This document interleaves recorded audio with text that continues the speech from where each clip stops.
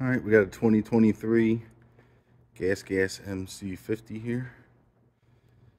You take one side cover off, and then you remove the 8mm bolt up here.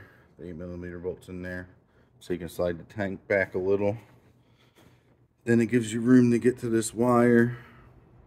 I just went with the knot that was on the box, did the same configuration.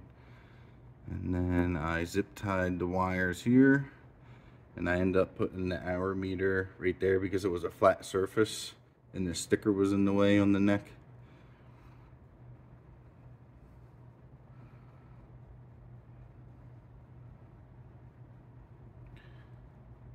Simple. It's 4 6mm screws to get the plastic off of this tank, and then one 8mm screw. Then you can slide the tank back. That'll give you room to get in there.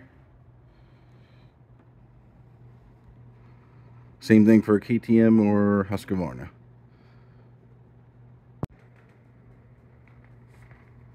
Here it is all tidied back up. You can see it down there. Good to go. He just got it for his birthday in October. We got to do the graphics, seat cover, put the guards on for him now, and the seat bump. He's only rode it once, so we'll see how it goes.